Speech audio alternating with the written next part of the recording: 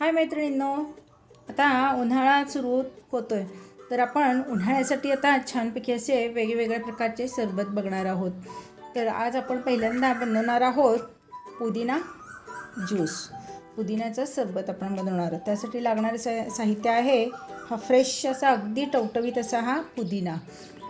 आपल्या गरजेनुसार घ्यायचा आहे। आपल्याला किती जणांचं सरबत बनवायचं आहे त्यावर पुदिन्याची क्वांटिटी अवलंबून राहील। लिंबू, आपल्याला इथे लिंबू पुदिन्याच्या आणि सरबताच्या क्वांटिटीवर आपल्याला अर्धा लिंबू, पाव लिंबू असं आपल्याला याच्यामध्ये घालायचं आहे। साखर ही आपल्या गरजेनुसार घ्यायची आहे, गोडाच्या प्रमाणानुसार।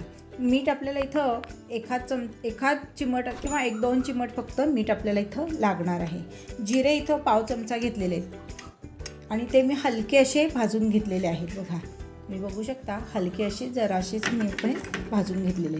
तर आता सर्वप्रथम आणि आपल्याला आईस क्यूब एक लागणार आहे। सगळ्यात महत्त्वाचं म्हणजे आईस क्यूब।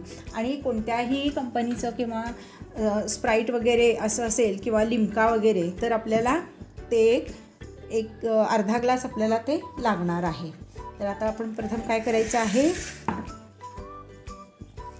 पुदिना, जिरे आणि आपल्याला अगदी चिमटभर असं थोडंसं आत्ता मीठ घालायचं याच्यामध्ये, जरासं घालायचं आहे कारण पुदिन्याचा कलर चेंज होऊ नये म्हणून।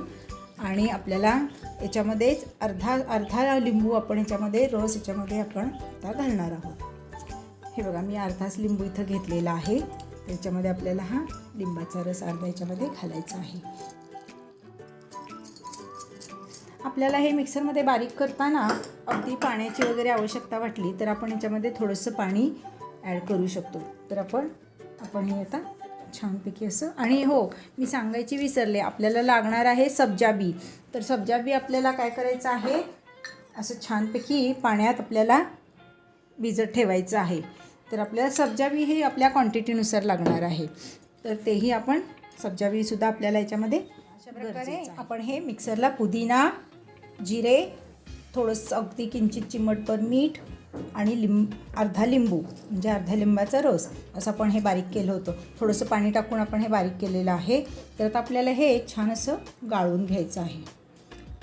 तुम्हाला आवडत असेल तर तुम्ही नाही गाळलं तरी काही हरकत नाही, पण गाळून घेतलं ना असं की छान असं आपल्याला त्याचा रस असा अगदी गाळलेला मिळतो। म्हणजे आपल्याला सरबत पिताना हे बघा, हे अशा प्रकारे आपण असं छानपैकी गाळून घ्यायचं आहे। आणि आपल्याला याच्यामध्ये किती जणांना आपल्याला सरबत बनवायचं आहे त्याप्रमाणे आपण क्वांटिटीनं आपण याच्यामध्ये पाणी वाढवायचं आहे। आणि आपल्याला याच्यामध्ये घालायची आहे साखर। साखर ही आपल्या गोडाच्या गरजेनुसार आवडीनुसार घालायची आहे। तर मी इथं घालते आहे हे मोठे दोन चमचे मी साखर घेतलेली आहे। हे बघा, अशा प्रकारे आपण आता आपला ज्यूस तयार झालेला आहे। तर आपल्याला ह्याच्यामध्ये घालायचं आहे, मी घेतलेला इथं स्प्राईट मी घ्यायचं कारण कसं स्प्राईटला असं स्वतःची अशी काही टेस्ट नसती, फक्त ओन्ली सोडा असतो। मी हे फक्त थोडंसंच घालणार आहे, तर जास्त वापर करणार नाही कारण माझ्या घरी जास्त आवडत नाही। आणि आपल्याला याच्यामध्ये घालायचे आहे आईस क्यूब। आपल्याला आवडीनुसार आपल्याला थंड वगैरे, हे खरं जास्त चिल्डच छान लागतं त्यामुळे आईस क्यूब आपण तसेही जास्तच घालायचे आहेत। आणि आपल्याला याच्यामध्ये घालायचे आहेत हे लेमन स्लाइस आणि 1 चमचा सब्जा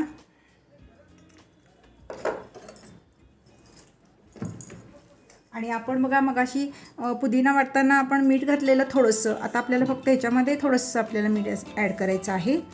तुम्ही अगदी सगळ्या सरबतमध्ये पण ॲड करू शकता, पण यात मी ह्याच्यामध्ये ॲड केलेला आहे। आणि आता आपल्याला याच्यामध्ये घालायचा आहे आपला हा ज्यूस। आहा, काय सुंदर कलर आला आहे बघा, तुम्ही बघू शकताय। आणि हा पूर्णपणे हेल्दी आपल्याला ज्यूस मिळणार आहे। अशा प्रकारे ज्यूस तयार आहे। आता आपण ह्याला डेकोरेट पण करायचं आहे कारण कसं पिताना अगदी फ्रेश वाटलं पाहिजे आणि आपल्याला गरज असेल तर आपल्याला एक्स्ट्रा पण लिंबू याच्यामध्ये आपण पिळून घेऊ शकतो. त्यामुळे मी असं लिंबाचे असे स्लाईस लावलेले आहेत. तर मैत्रिणींनो, उन्हाळ्यामध्ये हा सरबत नक्की करून बघा. इतकं रिफ्रेश वाटतं ना, खूप मस्त वाटतं. आणि इतर कोल्ड्रिंक्सपेक्षा बाजारच्या हे एकदम हेल्दी आपल्याला सरबत घरच्या घरी बनवता येतो आणि खूप सुंदर लागतो. तर ही माझी रेसिपी तुम्हाला कशी वाटली नक्की करून बघा आणि पिल्यानंतर सबस्क्राईब करा आणि बेल आयकॉनचे बटन दाबायला विसरू नका आणि कमेंट्स पण द्यायला विसरू नका. Bye bye. असेच आपण भरपूर आणखीन वेगवेगळ्या प्रकारचे सरबत घेऊन येणार आहोत, कारण उन्हाळा तर आत्ता सुरुवात झालेली आहे. Bye bye.